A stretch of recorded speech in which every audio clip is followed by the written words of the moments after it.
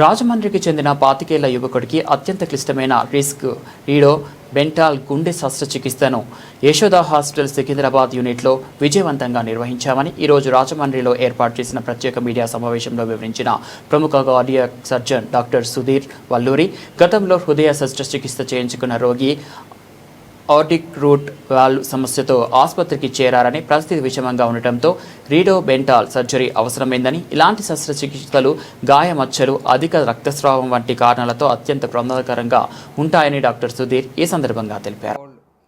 Adolescent పర్సన్లో ఒక 3 months back మేము యశోద సికింద్రాబాద్ యూనిట్లో చేసాం. ఈ అబ్బాయి వీరబాబు, ఈ అబ్బాయి యాక్చువల్లీ సివిల్ ఇంజనీరింగ్ చేశాడు. He is a civil engineer. He used to work in Rajahmundry. ఈ అబ్బాయికి 16 years ఏజ్లో ఒక కంజెంటల్ హార్ట్ ప్రాబ్లం ఉన్న వల్ల ఒక సర్జరీ చేశారు. ఆ తర్వాత సర్జరీ సక్సెస్ అయింది. He was able to do his own work and all, అంతా బాగానే ఉంది. కానీ 5-6 years తర్వాత ఇంకొక వేరే కొత్త ప్రాబ్లం వచ్చింది హార్ట్లో. అదేంటంటే హార్ట్ నుంచి వచ్చే రక్తనాళం ఈ అయోటాలో సైజ్ అనేది పెరిగింది. అది నార్మల్గా 3 to 4 centimeters ఉంటుంది, కానీ అది ఈ అబ్బాయికి 6 centimeters అయింది. దాన్ని అయోటిక్ ఎన్యూరిజం అంటారు. దీనివల్ల ప్రాబ్లం ఏంటంటే అయోటిక్ డైసెక్షన్ వచ్చి సడన్ కార్డియాక్ అరెస్ట్ అయ్యే ఛాన్స్ అనేది ఎక్కువ ఉంటుంది. సో ఈ అబ్బాయి డిఫరెంట్ హాస్పిటల్స్లో చెకప్ చేయించాడు. కాకపోతే అది హై రిస్క్ సర్జరీ వల్ల ఏ పెద్ద హాస్పిటల్ కూడా అది యాక్సెప్ట్ చేయలేదు. కానీ యశోద హాస్పిటల్స్ సికింద్రాబాద్ యూనిట్ ఒకటే ఆ అబ్బాయిని ప్రాపర్గా ఇవాల్యుయేట్ చేసి, కౌన్సిల్ చేసి, హై రిస్క్ ఎక్స్ప్లెయిన్ చేసి, ఆ అబ్బాయికి ఒక మోస్ట్ కాంప్లికేటెడ్ సర్జరీ రీడు బెంటాల్ సర్జరీని సక్సెస్ఫుల్గా చేశాం. ఆ సర్జరీ మార్నింగ్ 8 o'clock స్టార్ట్ చేస్తే నైట్ 8 o'clock అయింది. అక్కడితో ఆగలేదు. ఇంకా he was bleeding and all. దానికి బ్లడ్ ప్రోడక్ట్స్ ఇచ్చి బ్లీడింగ్ స్టాప్ చేసి చాలా కష్టపడి చాలా ఇచ్చేసి సర్జరీ చేసి పేషెంట్ని ఐసీయూలో సక్సెస్ఫుల్గా జాగ్రత్తగా చూసుకున్న తర్వాత 7th day or 8th dayకి ఒక ప్రాపర్ రికవరీ వచ్చాక 10 daysకి అబ్బాయి డిశ్చార్జ్ అయ్యాడు. ఇప్పటికే సర్జరీ అయ్యి నియర్లీ 2.5 months అవుతుంది. The best part of the surgery is that after 2.5 months of this high risk surgery he was able to do his own work. ఈ అబ్బాయి civil engineer. ఇప్పుడు ఆ అబ్బాయి మళ్ళీ నార్మల్గా తన వర్క్లోకి వెళ్తూ తన regular day to day activities నార్మల్గా చేసుకుంటున్నాడు. ఈ ప్రాబ్లం, ఈ హార్ట్ రిస్క్ ప్రాబ్లం, ఈ సర్జరీ యొక్క రిస్క్ ప్రాబ్లం అనేది ఏంటంటే this is Bentall's surgery, redo surgery. అంటే హార్ట్ రెండోసారి సర్జరీ చేస్తున్నాం. జనరల్గా హార్ట్ సర్జరీ అనేది ఫస్ట్ టైం సర్జరీ చేసినప్పుడు రిస్క్ అనేది చాలా ఎక్కువ ఉంటుంది, కానీ రెండోసారి సర్జరీ చేసినప్పుడు రిస్క్ అనేది చాలా ఎక్కువ ఉంటుంది. బ్లీడింగ్ అనేది ఎక్కువ ఉంటుంది and morbidity and mortality, overall on table arrest అనే రిస్క్ అనేది చాలా ఎక్కువ ఉంటుంది. In spite of all these things మనకున్న ఇప్పుడు టెక్నాలజికల్ అడ్వాన్స్మెంట్స్ వల్ల, మన సర్జికల్ స్కిల్ వల్ల, మన ఐసీయూ మేనేజ్మెంట్, మన పీపుల్స్ అండ్ ఈ ట్రైనింగ్ వల్ల సక్సెస్ఫుల్గా ఈ హై రిస్క్ సర్జరీ అనేది చేయగలిగాం. ఇది నియర్లీ 14 hours పట్టింది ఈ సర్జరీ, కాకపోతే సక్సెస్ఫుల్గా చేయగలిగాం. Now he is doing well. ఈ అబ్బాయికి ఫస్ట్ ఉన్న ప్రాబ్లం పుట్టుకతో ఒక ప్రాబ్లం ఉందండి. దానికి ఏంటంటే ఒక సర్జరీ చేశారు, విఎస్డి క్లోజర్ అండ్ ఆల్. అది సక్సెస్ అయింది, అది బాగానే ఉంది. ఒక 5-6 years తర్వాత ఈ హార్ట్ నుంచి వచ్చే రక్తనాళం ఏదైతే అయ్యాటో అంటామో అది డైలేట్ అయింది. అది డిఫరెంట్ రీజన్స్ ఉంటుంది డైలేట్ అవుతానికి, కానీ ఈ అబ్బాయికి అది నియర్లీ 6 to 6.5 centimeters డైలేట్ అయింది. సో అది రీప్లేస్ చేయాలి. అది కానీ రీప్లేస్ చేయకపోతే అయోటిక్ డైసెక్షన్ అనే వెరీ హై రిస్క్ జోన్లోకి అనే ప్రాబ్లంలోకి వెళ్తాడు. సో దాన్ని అవాయిడ్ చేయడానికి ఈ అబ్బాయికి ఈ సర్జరీ రీడూ బెంటాల్ సర్జరీ చేయాల్సి వచ్చింది. నియర్లీ 99% ఉంటుందండి. ఎందుకంటే ఒకప్పుడు అనేది మీకు టెక్నాలజీ చాలా తక్కువ ఉండేది అండ్ రిస్క్ అనేది ఎక్కువ ఉండేది, అవేర్నెస్ తక్కువ ఉండేది. ఇప్పుడు ఏంటంటే మనకి టెక్నాలజీ చాలా పెరిగింది. ఇన్స్ట్రుమెంటేషన్ కానీ లేకుంటే మీకు చిన్న ఎగ్జాంపుల్ చెప్తాం. ఇప్పుడు మనం ఏ లెవెల్ ఆఫ్ సర్జరీలో ఉన్నామంటే యశోద సికింద్రాబాద్లో రోబోటిక్ కార్డియాక్ సర్జరీ చేస్తున్నాం యాజ్ ఆఫ్ నౌ. ఇప్పుడు మనం యూజ్ చేసే robo XIZ da Vinci robo. So అమెరికాలో కూడా సేమ్ రోబో వాడతారు. It is an American made company robo.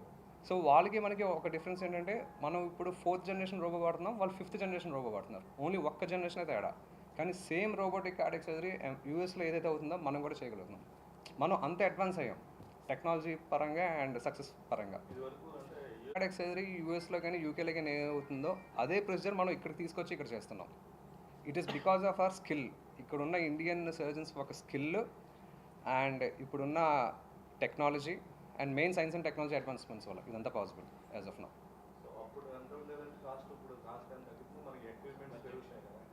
అంటే ఇది మెయిన్ ఎక్కడంటే అండి, ఇది R&D, రీసెర్చ్ అండ్ డెవలప్మెంట్. ప్రతి కంపెనీ కూడా R&Dలో కొంచెం పెట్టుబడి పెడుతుంది, రోబోస్ కానీ లేకుంటే ఇన్స్ట్రుమెంట్స్ కానీ ఏదైనా సరే. సో కానీ దానివల్ల కూడా మనకి ఈ ఇన్స్ట్రుమెంటేషన్స్ అండ్ రోబోటిక్స్ ఇవన్నీ కూడా అడ్వాన్సెస్ అవుతాయి. సో ఆ కాస్టే మనకి క్యారీ ఆన్ అవుతుంది. కాకపోతే ఈరోజు క్లియర్గా చెప్పాలంటే మనకి ఒక cardiac surgery and any surgery cost ఇండియాలో is the least cost. And India is like medical tourism for surgery especially.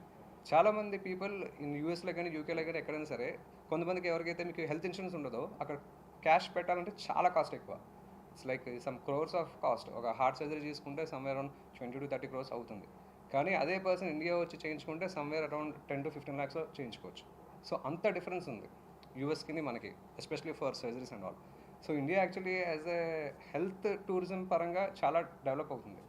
At the same time మీరు అడగచ్చు, సార్ అక్కడ సక్సెస్ రేట్ ఎక్కువ ఉంటుంది, మరి ఇండియాలో ఏంటని చెప్పి. ఇండియాలో కూడా success rate is as equal as 98 to 99%. It's because of people's skill and advances in scientific and technology. Weeks అండి, 3 weeks. That is the beauty of this cardiac surgery. ఒకప్పుడు యాక్చువల్లీ పీపుల్లో ఒక అపోహ అనేది ఏంటంటే కార్డియాక్ సర్జరీ చేయించుకుంటే మనిషి చనిపోతాడు అనేది మ్యాక్సిమం పీపుల్లో ఒక అపోహ. ఒకప్పుడులా ఇప్పుడు అసలు లేనే లేదు. ఎందుకంటే సర్జరీ ముందే మనం ఏ టెస్టులు చేయాలో అన్ని టెస్టులు చేస్తాం. 2D ఎకో కానీ, కెరోటిడ్ డాప్లర్ కానీ, అల్ట్రాసౌండ్ కానీ అన్ని టెస్టులు చేసి పేషెంట్ ప్రాపర్గా ఎవాల్యుయేట్ చేసి స్టెబిలైజ్ చేసి మెడిసిన్స్తో నార్మల్ చేసి ఆ తర్వాతే సర్జరీ చేస్తాం. ఒకప్పటికి ఇప్పటికి స్కిల్ పెరిగింది, టెక్నాలజీ పెరిగింది, మనం పేషెంట్ని చూసే విధానం మారింది. ఎప్పుడైతే ఇవన్నీ ఇంప్రూవ్మెంట్స్ వచ్చినాయో ఆ అవుట్కమ్స్ కూడా అంతే సక్సెస్ఫుల్గా పెరిగింది. సో ఒకప్పుడులో ఇప్పుడు కార్డియాక్ సర్జరీకి సక్సెస్ రేట్ చెప్పాలంటే 99% అని క్లియర్గా చెప్పచ్చు. మీరు అడగచ్చు ఎక్కడెక్కడ రిస్క్ అనేది ఎక్కువ ఉంటుందని చెప్పి.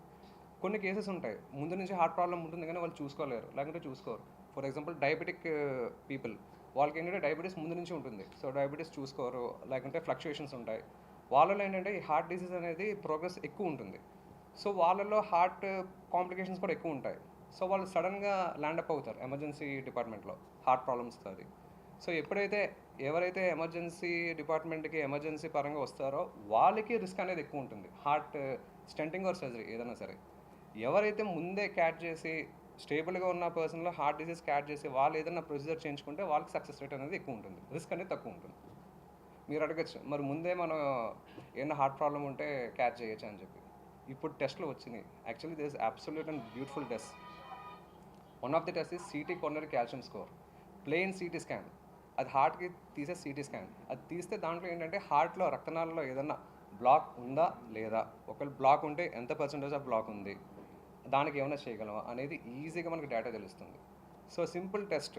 Any patient, any person who is above 40 years and above, and any person who has diabetes, any person who has any other associated problems, వీళ్ళలో ఈ సిటీ కొరనరీ కాల్షియం స్కోర్ అనేది చేయించుకుంటే ఈజీగా మనకి హార్ట్లో బ్లాక్స్ ఉన్నాయో లేదో తెలుస్తుంది. తెలిసాక ట్రెడ్మిల్ టెస్ట్ చేస్తాం, 2D ఎకో టెస్ట్ చేస్తాం. వాటిల్లో ఏమైనా సిగ్నిఫికెంట్ బ్లాక్స్ ఉంటే దెన్ యాంజియోగ్రామ్ చేస్తాం. That is how it works. యాంజియోలో ఏదైనా బ్లాక్స్ ఉన్నాయని తెలిస్తే there are 3 types of treatments. ఒకటి మెడికల్ మేనేజ్మెంట్, ఒకటి స్టెంటింగ్, మూడోది కార్డియాక్ సర్జరీ. సో ఏ ప్రాబ్లం, ఎంత స్టెనోసిస్, ఎంత బ్లాక్ ఉంటే దానికి తగ్గట్టుగా మేము ప్లాన్ చేసి ఐదర్ స్టెంటింగ్ ఆర్ సర్జరీ అనేది ప్లాన్ చేస్తాం.